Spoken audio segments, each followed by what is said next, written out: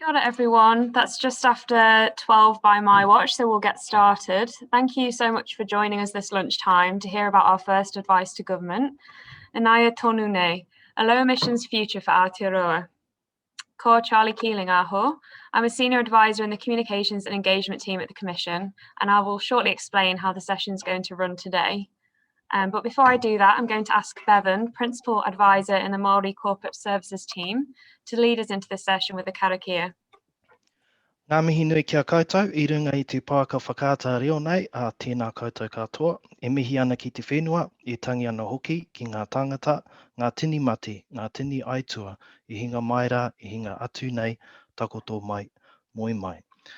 Anei he karakia, poi poi a te Māori, poi poi a te Wairua, poi poi a te tapu, poi poi a te whenua o Papa Tuanuku, a ti hei Māori ora. So just to translate that, thank you all for taking the time to be with us here today.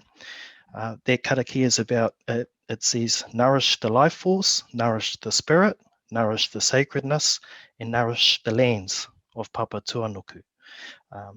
And behold, the breath of life. We must look after our air. We last approximately 6 minutes without that breath of life. So kia ora whānau, take care of our environment. Tēnā koutou, kia ora. Kia ora, Bevan, thank you. So just before we kick off, and those of you familiar with these sessions will be used to this, it'd be really great if you could please write your name and the organisation or community that you represent into the chat box just while I'm explaining how the session's going to run.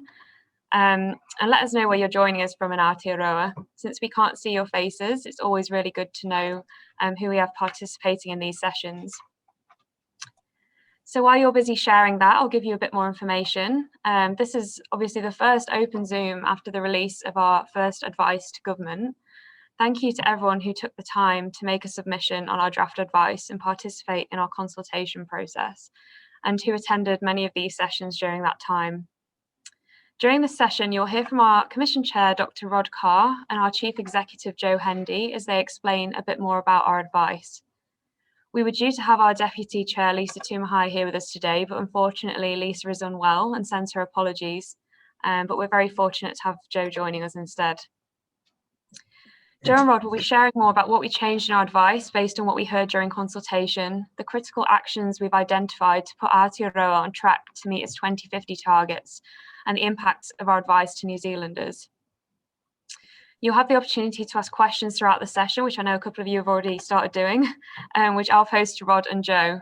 You should see a Q&A box at the bottom of the screen where you can type your questions throughout. We might not have a chance to cover all questions in this session, but we'll get to as many as we can. And if you'd like to speak to each other or share your thoughts, please feel free to use the chat. It's always really good to see your conversations, and it can be a great space to share your thoughts or any helpful resources. And I just want to let you know we are recording this session, so if anyone wasn't able to make it, we will be making it available on our website afterwards. I think that's enough from me for now, so I'm just going to hand over to Joe to get us started. Kia ora, Joe. Kia ora, Charlie, and kia ora koutou. Thank you so much for joining us today. I am, as Charlie said, Joe Hendy, the Chief Executive of the Climate Change Commission. Through this last 18 months, we have consulted with, listened to, and learnt from thousands of people in preparing this advice, including approximately 15,000 people and organisations that submitted on our draft advice. While views differ on what action should look like, how much the transition should cost, and what role Aotearoa has to play in the world, we have seen growing momentum for change. We have reassessed and changed our draft advice in response to themes and new evidence that came through consultation and the submissions. Evidence we received through consultation was used to test and refine our assumptions. Our judgments, conclusions, and recommendations were also assessed and modified where appropriate in light of the material we received. In terms of what the main changes have been, I will go through these at a very high level, and then we can delve into this more through the Q&A. So at a high level, the first of these changes, the level of our emissions budgets has slightly increased. Consultation gave us new evidence and new data from the Ministry for the Environment shows emissions increased last year. We are starting from a higher level. This means Aotearoa has a slightly harder job ahead. Each of our proposed budgets would see progressively deeper emissions reductions. Our modelling shows that our recommended budgets could see Aotearoa reducing long-lived greenhouse gas emissions by 63% and biogenic methane emissions by 17% by 2035. We heard very clearly from iwi Māori that we needed to strengthen Te Tiriti o Waitangi, the Treaty of Waitangi principles further in our work. This also came from a broad range of others. This recognises we cannot do this work without working in partnership with iwi Māori. We have also provided further explanation of alternative paths and provided further sensitivity analysis. This is to show that our recommended budgets can be met under a range of different circumstances. We have reflected feedback around cost and pace of transition in our work. We have made sure we are as ambitious as possible in each sector, while ensuring the options are technically feasible and economically affordable. We have undertaken further analysis of costs of budgets and impact on GDP, including additional sensitivities. Our recommended emissions budgets are achievable at an overall reduction to the level of GDP of around 0.5% in 2035 and 1.2% in 2050. However, the overall impact on the level of GDP could be around 1% in 2035 and 2.3% in 2050 if Aotearoa fails to achieve the numbers of electric vehicles needed and the improvements in agricultural emissions efficiency at adequate rates. We checked the budgets are compatible with global efforts to limit warming to 1.5 degrees Celsius above pre-industrial levels. We concluded that to play our part as a developed nation in the world, the nationally determined contribution that Aotearoa makes would need to reflect emissions reductions of much more than 36% below 2005 emissions levels by 2030. More detailed analysis of distributional impacts, more emphasis on co-benefits such as health, and more detail on how the transition could affect employment are also within the advice. And in response to feedback, we have made sure that our advice is focused on the direction of policy within the emissions reduction plan that the government must prepare, rather than focusing on specific policies that may need further analysis before implementation. Alongside the report, you will see additional evidence on our website.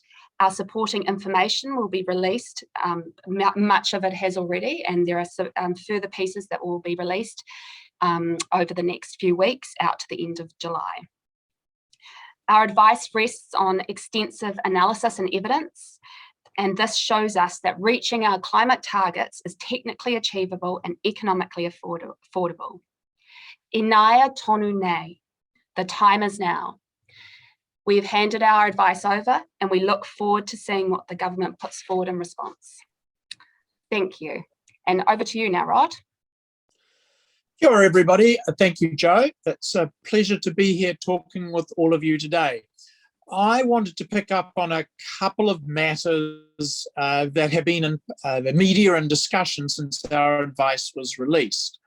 The first observation I would make is that, on balance, most of New Zealand now accepts that the climate is changing, that human activity is causing that change, that we need to do something, and the something we need to do is to reduce emissions, and we need to get on and do it now. There's a high degree of consensus to that point. Of course, there will always be more discussion about how much to be done, how fast, and what needs to be done to achieve the outcome. But compared to only 2 years ago, the mainstream debate has moved a long way. The Commission's role, as all of you know, is to provide advice. It is for our elected leaders now to make decisions and show the leadership that communities, households, business, and the world is looking to see. As many of you know and understand, we cannot possibly achieve our domestic targets and meet our international obligations unless we reduce greenhouse gas emissions from agriculture, from transport, and the way we produce and use energy. That we need to get on and take that action now. That markets, prices, consumer, producer, and investor choices do have a significant part to play in our mixed economy in guiding us on that path. But in the view of the Commission, the ETS itself is not a complete, fully formed and robust market. More investment needs to be made to ensure that the market can make its contribution. But it is also clear in our mixed economy that there is a legitimate part for carefully structured regulation to guide investment decisions and business choices, to shape and ensure that values we hold that are not representable in prices play their part in shaping our society in the decades to come. It is true that markets are efficient, if myopic, in allocating resources, but to leave our fate to those who have the power to purchase and pollute is simply not responsible nor consistent with our legislation and the advice the Commission is required to provide. There have been some questions about process, so I thought I would take a minute just to say that during May, the team, as they developed their understanding of the submissions made by the end of March, brought before the board in workshops and informally minuted meetings the revisions to our advice and recommendations, each and every one of which was considered by the board, each and every one of which was approved by the board without objection. Each on every one of those recommendations was minuted in our own board process. There is no substance to an allegation that the board had 24 hours to sign off its advice. I think also it is important to understand that the best of intentions to raise ambition to help shape action may have the unintended consequence of causing a bar to be set so high that we simply walk under it.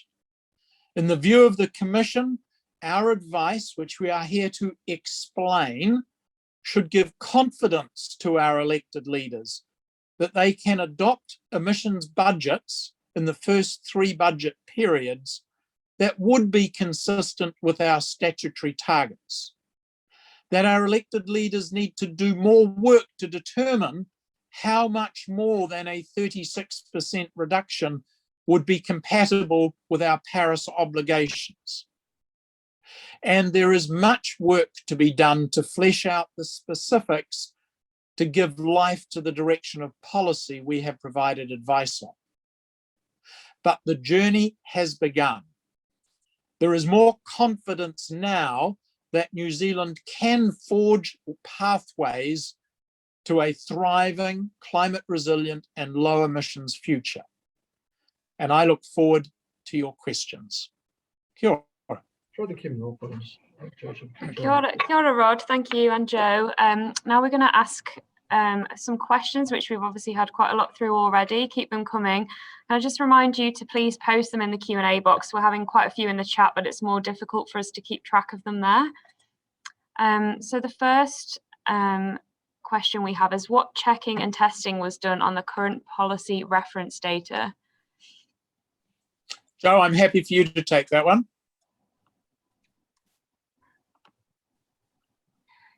Hi. So on the current policy reference data, so we gathered data from a large source of different places. We looked at international evidence. We looked at the practicalities of what was happening at home in New Zealand to work out what our baseline reference case was. We gathered the current policy reference case. It has been taken primarily from central government projections of what policies they have in place currently, but we ground truth that against all the other evidence that we had available to us. Thank you, Jo. Rod, what is your view on the increased use of coal in Aotearoa's baseload over the last couple of years, and what should be done to address that trend? So the first observation is it has to be disappointing that we find ourselves in circumstances where we are burning coal to keep the lights on. Secondly, had we taken action and continually sustained momentum from 2008, with an effective emissions pricing regime, with effective planning and budgets, which we now have in hand, my belief is we would have made materially more progress in building out our renewables infrastructure.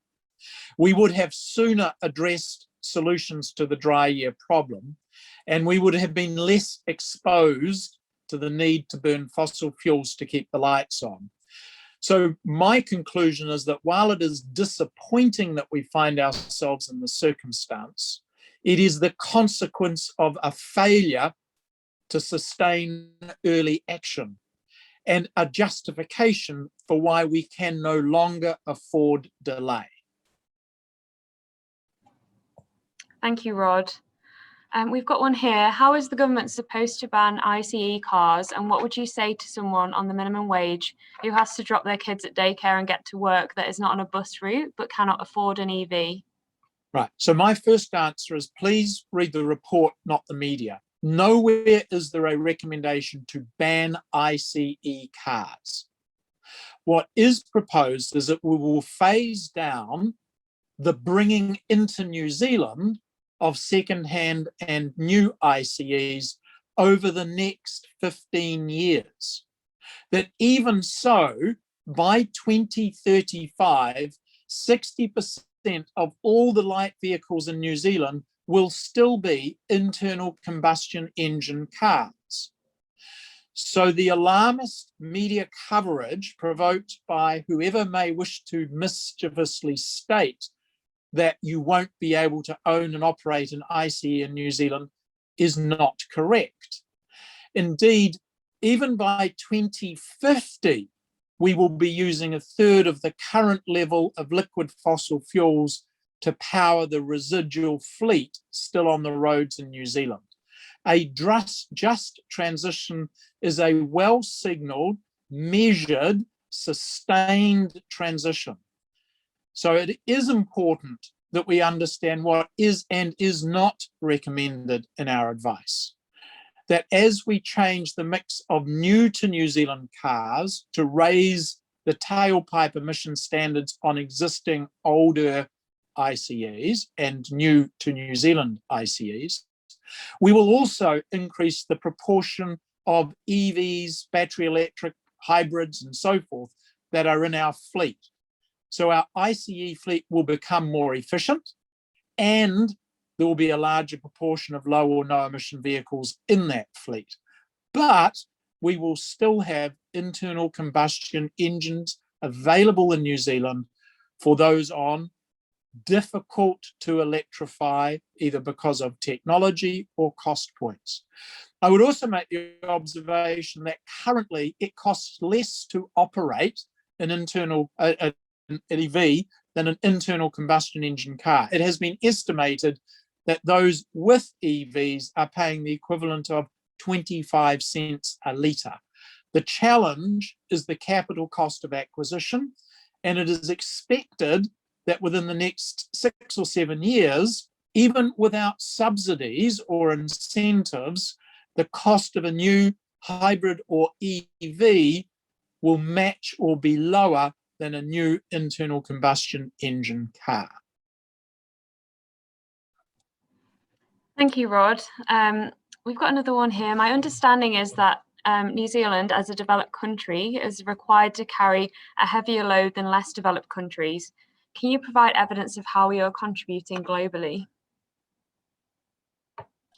So this goes to the question of, under the Paris Agreement, there is an expectation that countries that polluted more in the past and benefited from it, that countries that are currently wealthier than the average, and countries that have ways of decarbonising, in other words, access to technologies, will do more than the average. And that seems rational and sensible, that countries that have contributed less are poorer and have less access to choices to decarbonise are likely to do less than the average. As a consequence, New Zealand is among those countries that would be expected to do more than the world average contribution. And our nationally determined contribution, which is essentially our global contribution, which is made up of offshore mitigation and domestic action, is to be shaped so that we would meet that obligation. Thank you, Rod. Can you answer the concern expressed by Lawyers for Climate Action on LinkedIn about a miscalculation of the emissions budgets? Joe, do you want to take that one? Sure. From what I understand, Charlie, and I may get this wrong because I haven't seen the I'm not sure if I'm responding to specifics, but that is a reference to the accounting system that we have used. And I think in general that we make the point that the accounting system that we use in calculating our advice is one that is internationally verified. And I think, Rod, you made the point the other day on this particular issue that at the end of the day, what actually matters right now is that we start acting on our emissions.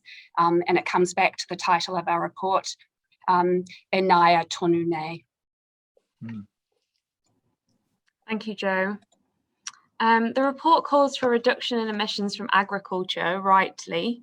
How does the recommendation ensure that those who are already operating efficiently are not penalised unnecessarily, i.e. told to reduce at high cost, while those high-emitting farmers are driven to improve quickly and most significantly, i.e. how do we get the low-hanging fruit first? So currently there is a program of work being undertaken by an organisation called He Waka Eke Noa that is tasked with precisely that mission. The argument that is used is that if you measure and manage emissions at the farm level, ultimately pricing those emissions, then each individual farmer will be rewarded for low emissions and pay more for higher emissions and therefore face incentives to reduce emissions. So the ambition is to achieve exactly what is being described in the question, which is the allocation of responsibilities to those best placed to make the choices to reduce emissions. The final advice from the Commission is that if the land use change we expect from dairying to horticulture and from sheep and beef to forestry, and the wider use of better farm practices in feeding animals and the choice of feed that has lower emissions is coupled with wider adoption of breeding for the trait of low emission, then across all of New Zealand's flocks and herds, in the period from now till 2030, we could anticipate a reduction in biogenic methane emissions from agriculture of about 10.7%. Of course, what happens on an individual farm will be subject to the unique and novel circumstances of that farm and its land use. It is the case that we anticipate that meat and milk production, while reducing very slightly, can largely be sustained with fewer but more efficient animals. And that's based on scientific evidence from agricultural scientists who have looked at this matter for years. Thank you, Rod. We've got a couple more here. How do you see local government's role in this, and how is central government likely to help local governments? Joe, do you want to have a turn?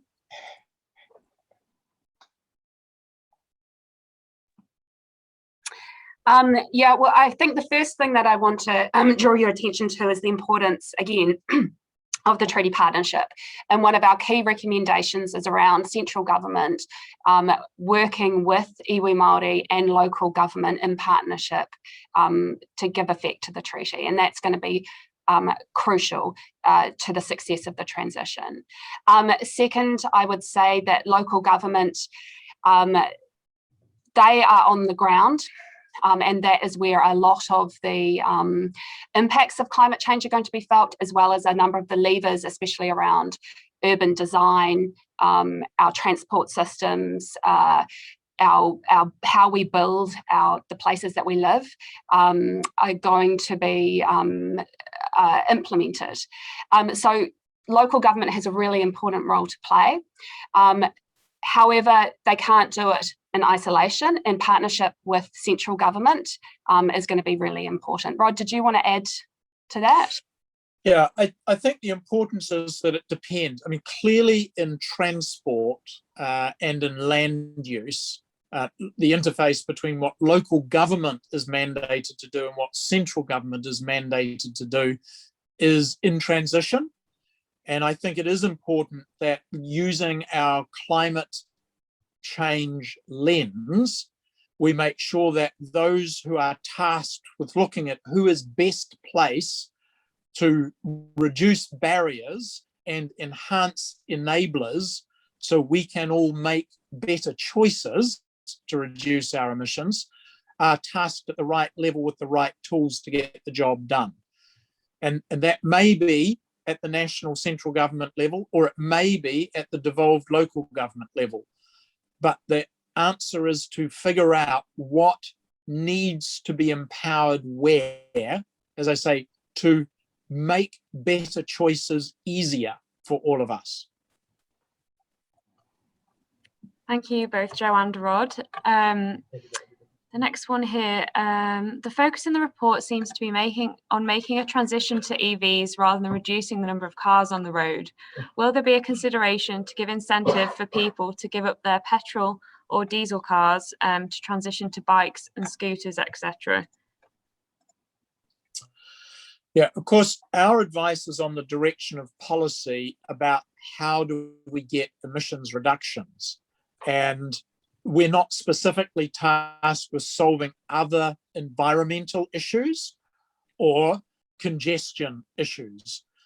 So in our work, we definitely see the opportunity by reducing barriers and enabling more of us to walk and bike and take public transport and use more efficient internal combustion engine cars and buy more EVs, hybrids, plug-ins and so forth, as all contributing. But because New Zealand is such a different, diverse country, asking farmers who walk to work every day to take a bus that does not exist to town seems a little foolish. But in urban areas, enabling more of us to bike and walk will be a help in reducing emissions. So the task for us was to cover all those bases rather than to double down on any one alone. In part, the reason why the Commission's advice focuses on privately owned and operated vehicles is that across New Zealand, it is going to require a significant change of behaviour for those who can afford to buy a car to choose not to. And we would expect some of that behaviour, but we need to be careful not to require people to do things that they will simply refuse to do. Thank you, Rod. Where does the Climate Change Commission see hydrogen as a future fuel source? Joe. We, in terms of changing up where we get our energy from across the economy, we've got to be thinking about our transportation. We have to be thinking about how we generate electricity, and we also need feedstocks for some of the products that we manufacture.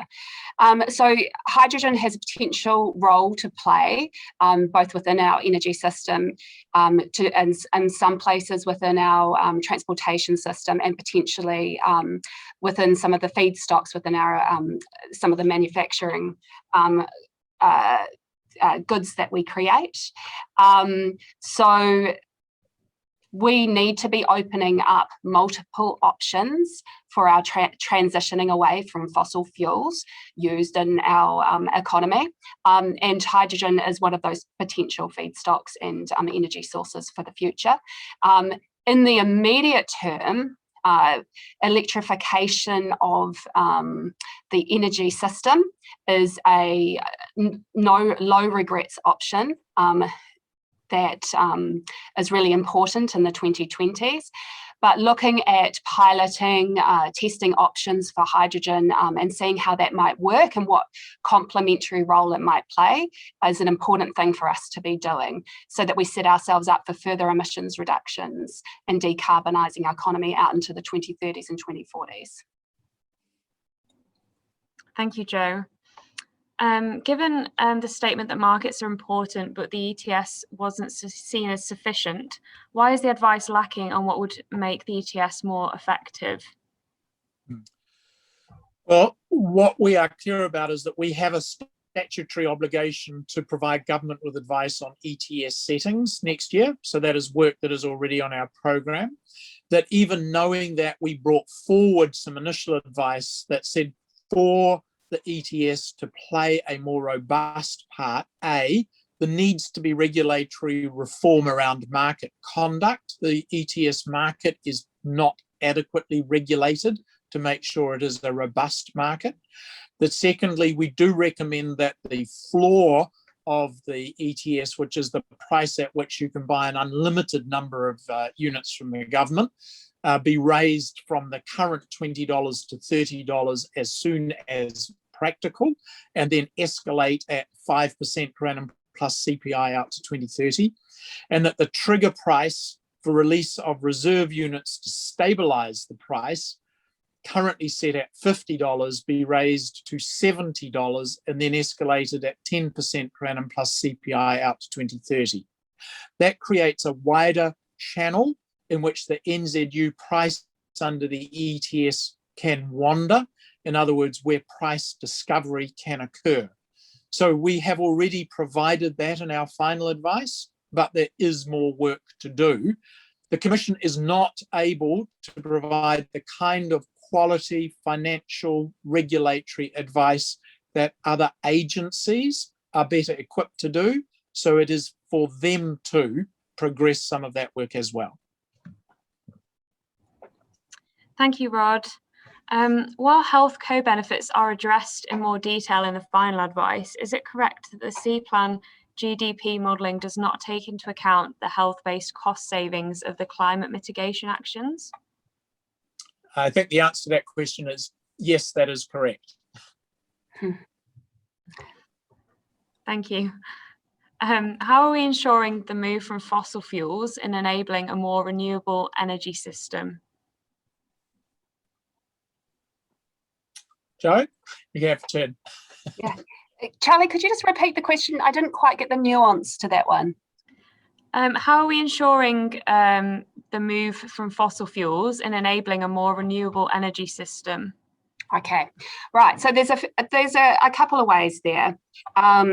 So number one, as Rod just talked about, we have advice on making the emissions trading scheme more effective by raising that price corridor. So that will be driving more of the incentive for moving towards renewables.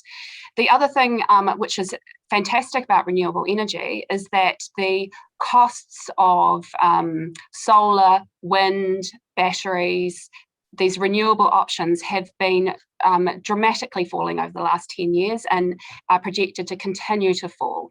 So they're already coming in as the lower cost options to further expansion of electricity generation. Having said that, we have a recommendation around making sure we have an energy strategy. And as part of that, we have a target of getting to 50% renewable energy by 2035. And that, while we have incentive, we're recommending having the pricing incentive there, we also have to think about some of the other potential barriers or unintended consequences as we transition out of fossil fuels and into a more renewable energy system. So that energy strategy, thinking about the integration across the system and making sure that we have affordable energy and we have a secure supply of it is also really important as we make this move to a lower emissions, more renewable grid and wider energy network. Thank you, Jo. Why is Aotearoa almost alone in including an offshore mitigation component in its NDC over and above the domestic targets? It surprises me to hear that we are quite almost alone.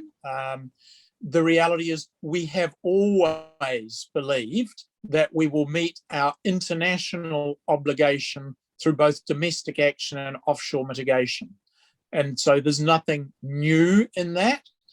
I suspect that the reality is that New Zealand is yet to discover how much it will cost and who with a counterparty that we will pay will have to do to show permanent additionality in what that nation has achieved in its emissions reduction. So we've always had that as part of our way of addressing the world.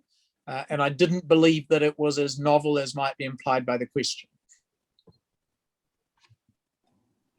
Thank you, Rod.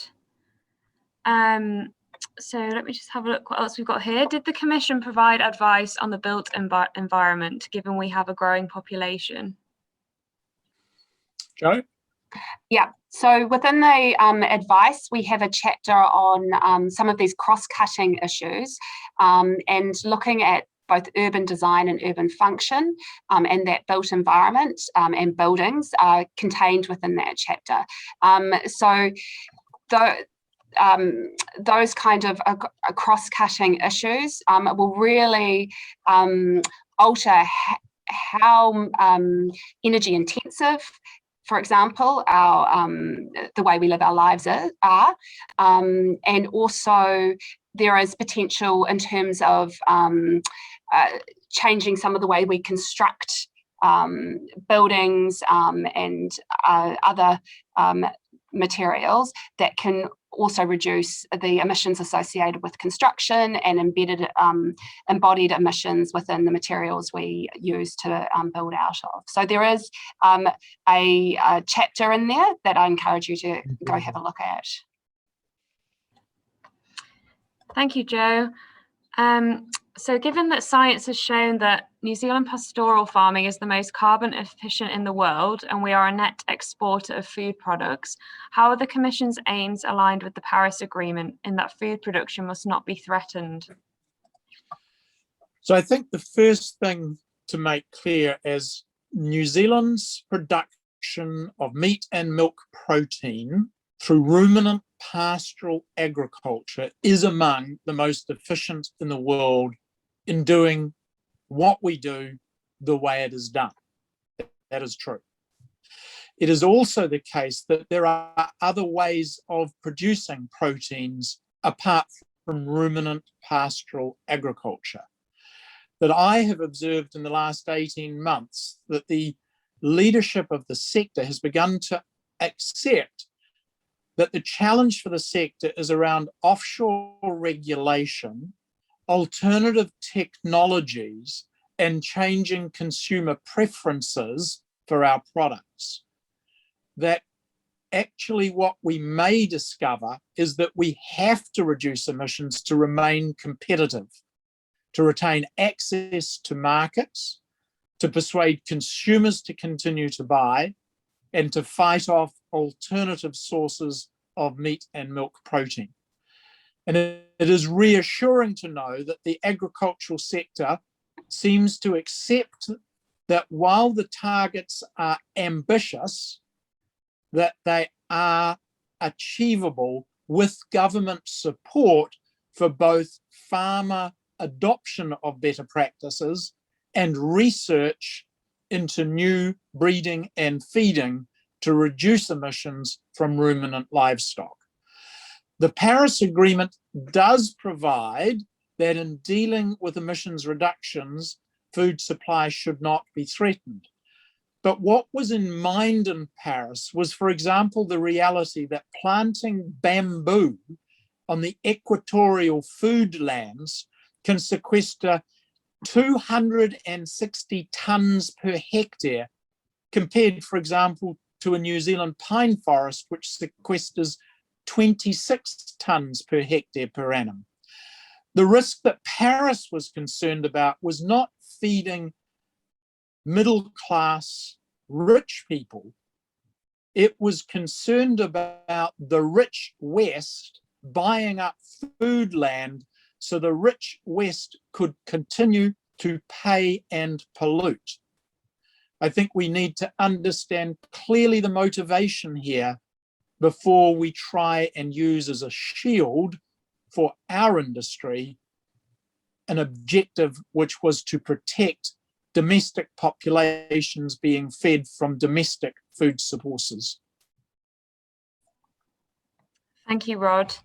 Aotearoa has high per capita transport emissions. According to the Ministry of Transport Green Paper, our travel emissions have already gone back up to pre-lockdown levels.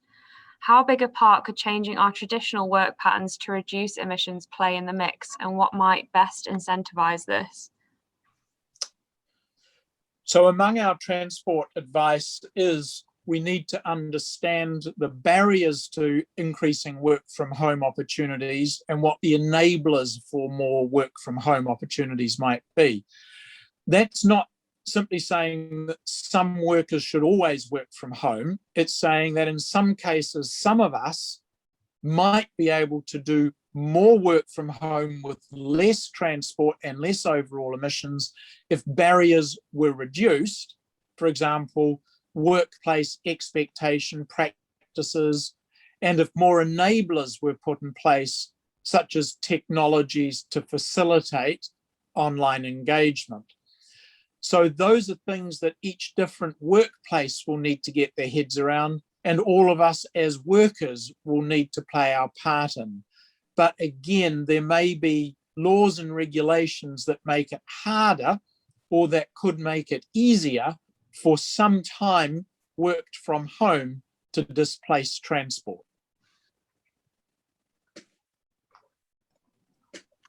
Thank you, Rod.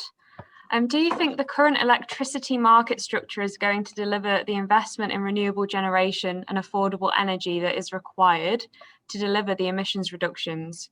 And should a review of this structure be part of the energy strategy?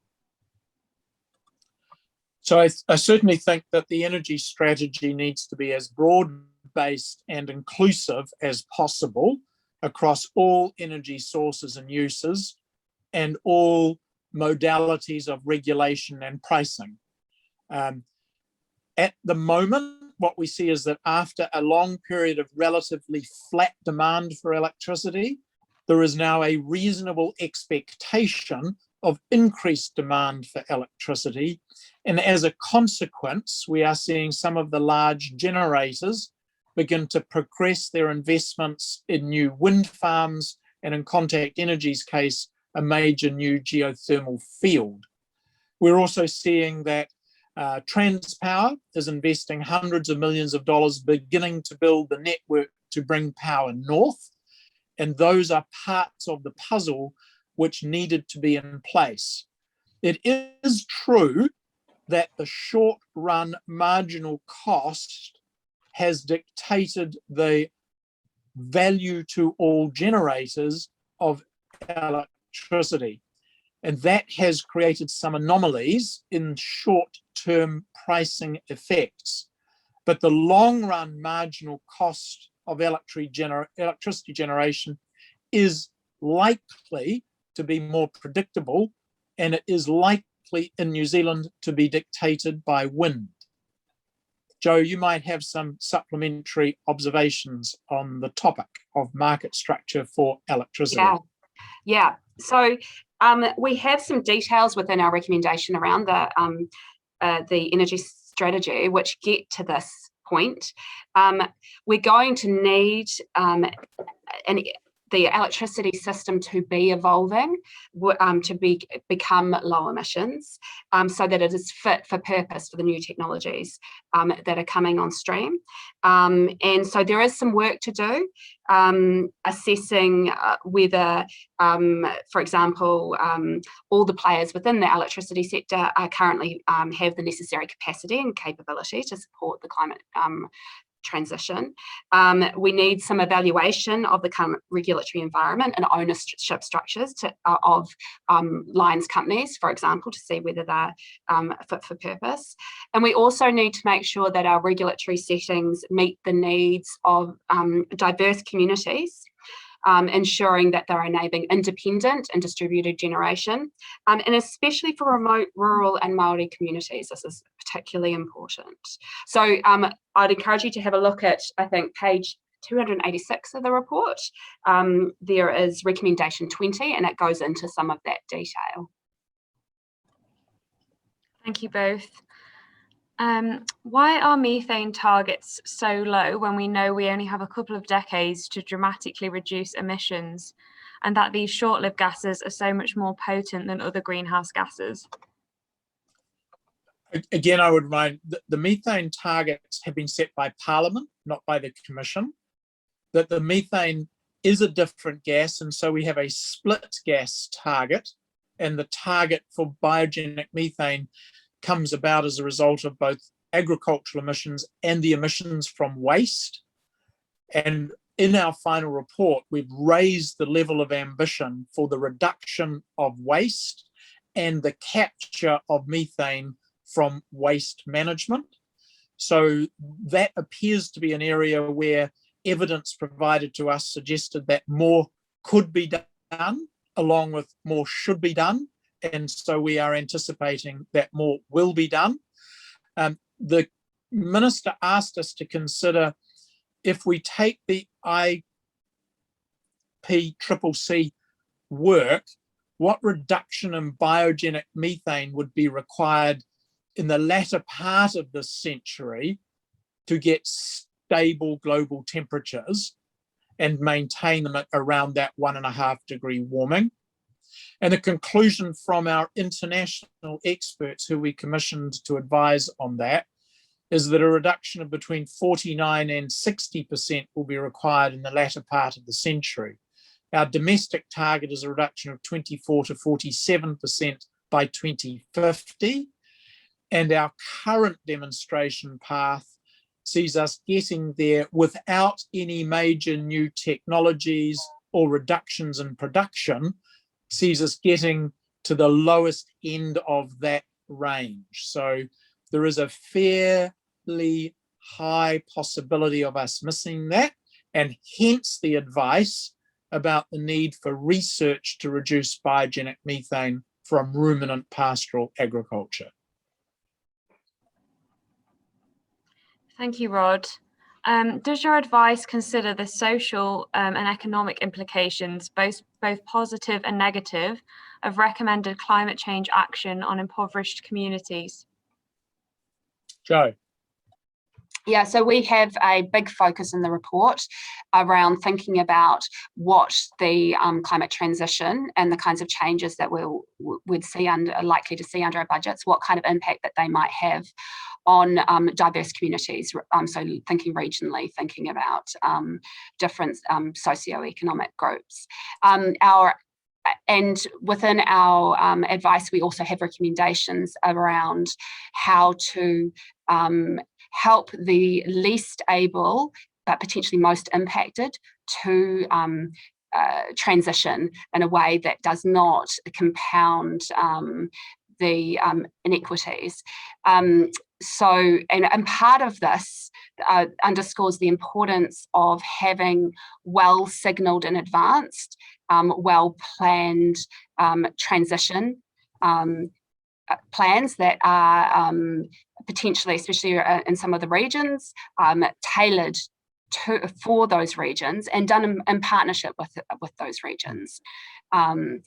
Really important that overall, on average, all of our analysis says that we can do this transition. It is affordable. There are many opportunities, but the impacts will fall differently on different people. But we can anticipate them, and we can plan for it, and we can put support in place to manage that. Yeah, I'd make a couple of observations. One is there's a bit of a interpretation that our forecast of lower levels of employment in certain jobs equals people with those jobs today being made redundant from them quickly. And as Joe is alluding to, that's not the case. Our forecasts are that there will be lower levels of employment, for example, of mechanics required to maintain internal combustion engine cars.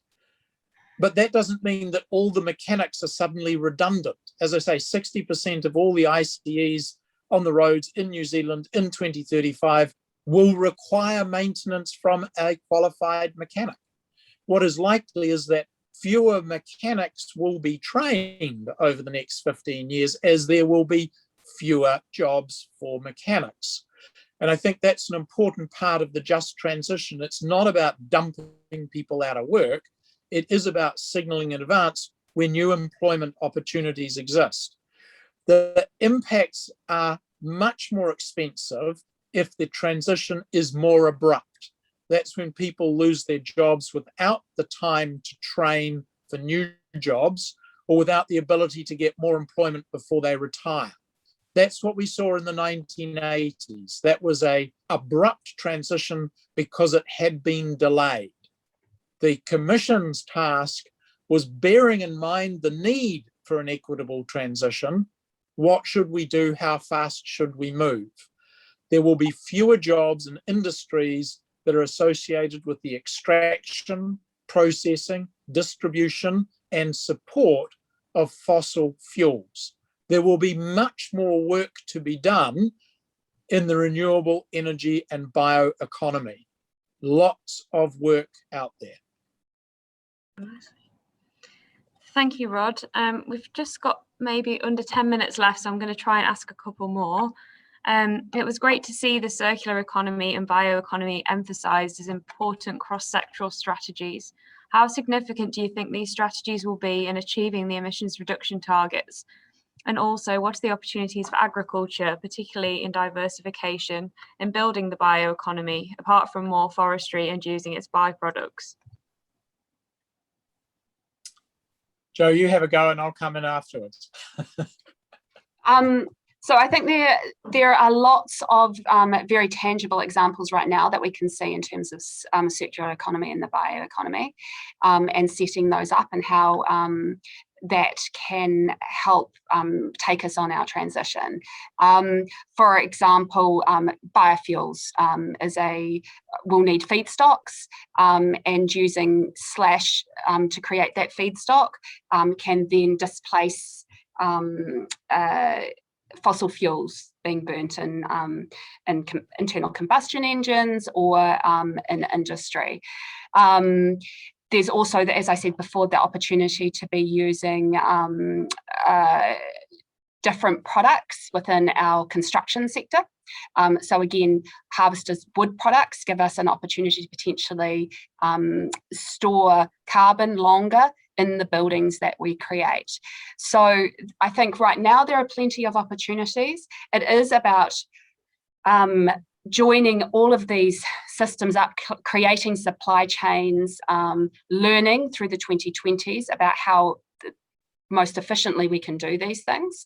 So I think important to have some thinking about how we measure things like the circular economy and the bioeconomy, and keep a long-term view on what we do in the 2020s can set us up for the 2030s and the 2040s and beyond. Rod, do you want to add to that? Sorry.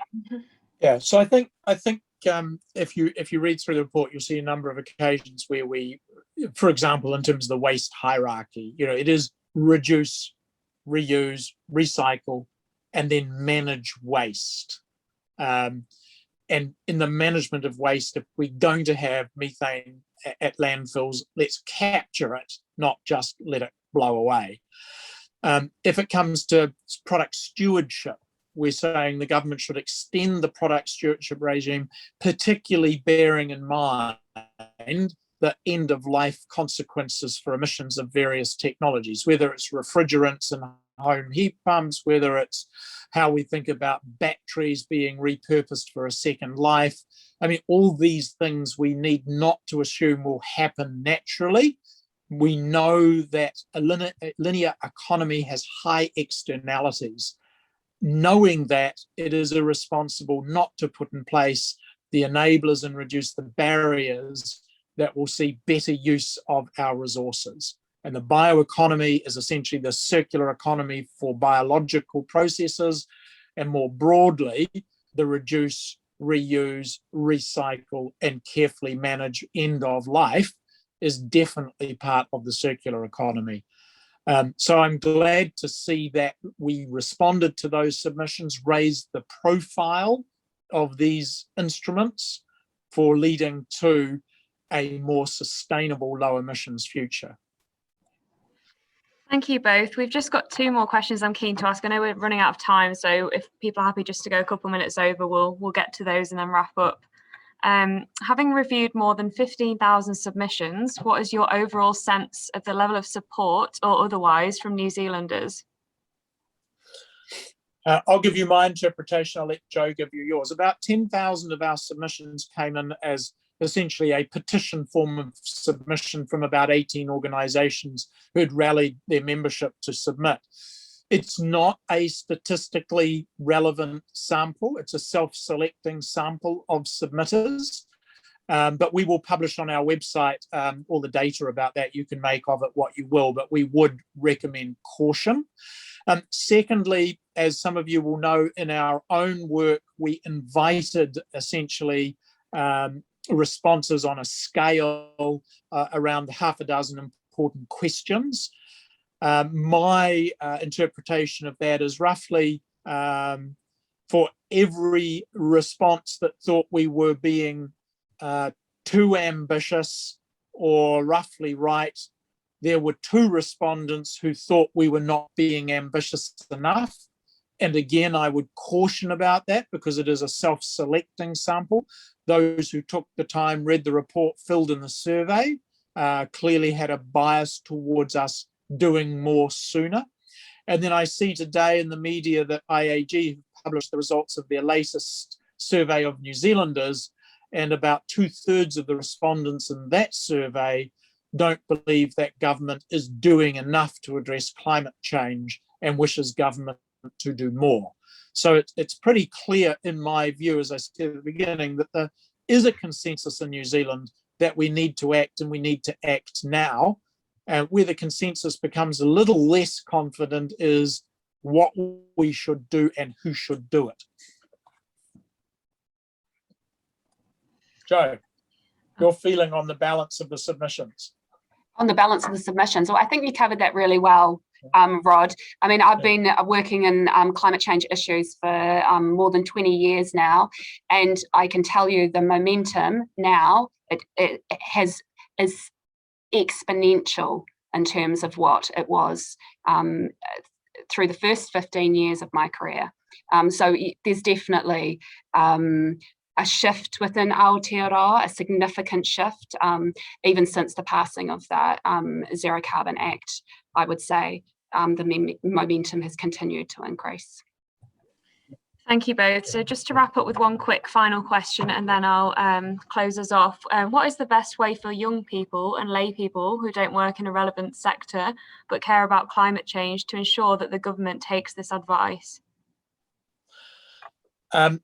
I'll give my answer, Joe. You'll give yours in a minute. But my answer is you need to let them know of your support to give them the courage to make some decisions and keep the momentum going. You need to take the opportunity in a calm but effective way to help all our elected representatives know that turning climate policy and climate action into a political football is not a winning strategy for them. Joe? Yep. Well, I mean, that's really well said, Rod. I would add to that, the Commission, we are here as a long-lived institution. This is our first piece of work. So unlike a lot of the reports that independent reports that are often around government, that's often they are from working groups that only exist to give that one piece of information. We are here to continue providing advice over the next 30 years.